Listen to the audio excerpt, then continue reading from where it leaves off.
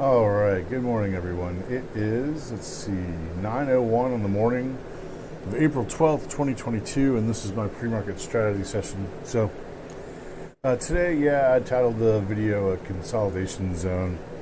And basically, what we have here is, if you look on the daily, you have this area over here that occurred between, what is that, the 24th of January to the 22nd or the 28th of January. And then we have this area over here, kind of consolidation zone here between the late February and early March there. And so here we are again in this area. If the Q's opened right now, it would open up just a little bit higher than the consolidation area that I have here. These two blue lines. Actually, I can go ahead and just get rid of those. Really, I don't need them.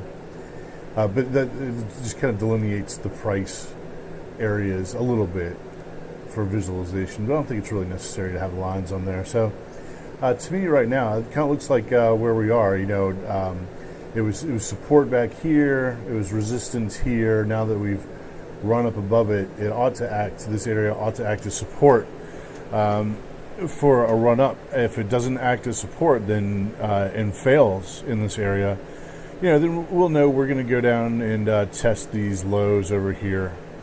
When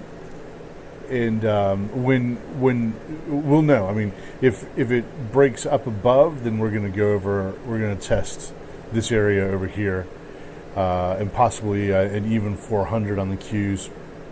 But for right now, in this consolidation area right here, until it moves above or below it, we don't really know which way it's going to go.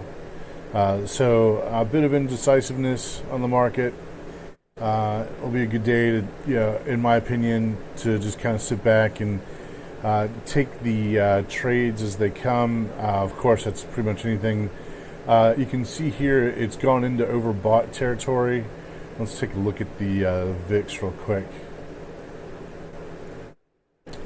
And the VIX is going into oversold.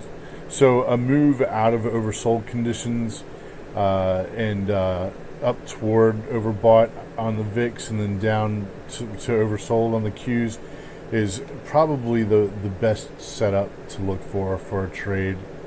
I think I'd be willing to go short at the open here this morning or soon after the open for a pullback. This is a pretty strong move up. And the move up occurred at 8:30, which is when the inflation numbers were released. And inflation was up 8.5%. I've forgotten if that was QOQ or YOY. But in any case,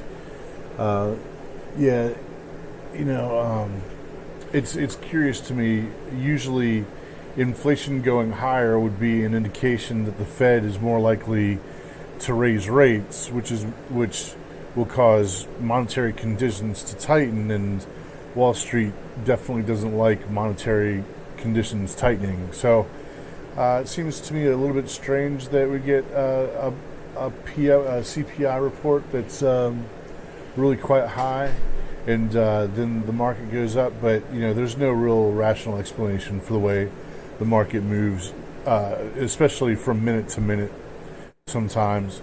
I